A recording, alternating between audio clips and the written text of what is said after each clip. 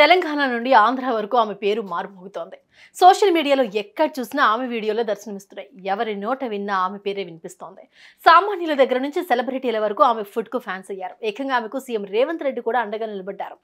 ఎవరి గురించి మాట్లాడుతున్నానో ఈ పాటికి అర్థమైందనుకుంటా. ఆమె కుమారి ఆంటీ.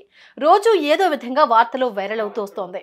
అన్ని రకాల చర్మ సమస్యలకు శాశ్వత పరిష్కారం ఈ శ్రీత 9281458181.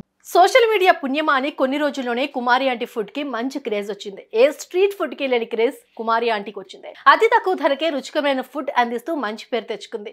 ఇక కొన్ని రోజుల్లోనే ఆమె ఫుడ్ గురించి అందరికీ తెలియడంతో కుమారి ఆంటీ ఫుడ్ కోర్ట్ కి జనాలు క్యూ కట్టారు. దీంతో ట్రాఫిక్ కి తీవ్ర అంతరాయం ఏర్పడింది.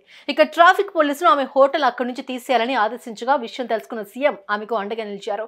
యథాస్థానంలోనే కుమారి ఆంటీ ఫుడ్ బిజినెస్ చేసుకోవచ్చు అంటూ ఆదేశించారు. దీంతో కుమారి ఆంటీకి మరింత పాపులారిటీ పెరిగిపోయింది.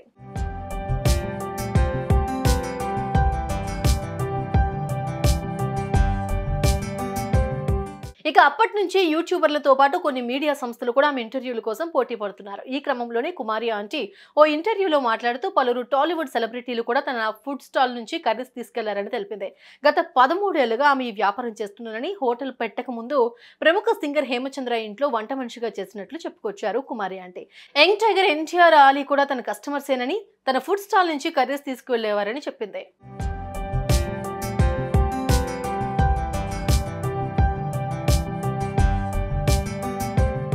అంతేకాకుండా హీరో సందీప్ కిషన్ ఊరి పేరు భైరవకోన మూవీ ప్రమోషన్ లో భాగంగా కుమారి ఆంటీ ఫుడ్ స్టాల్ ను సందర్శించారు. హీరోయిన్ వర్ష బొల్లమ్మ తదితరులతో కలిసి అక్కడికి వచ్చిన సందీప్ ఇక్కడ టేస్టీ ఫుడ్ ను ఆస్వాదించి కుమారి ఆంటీ చేతిలో 10,000 పెట్టాడట.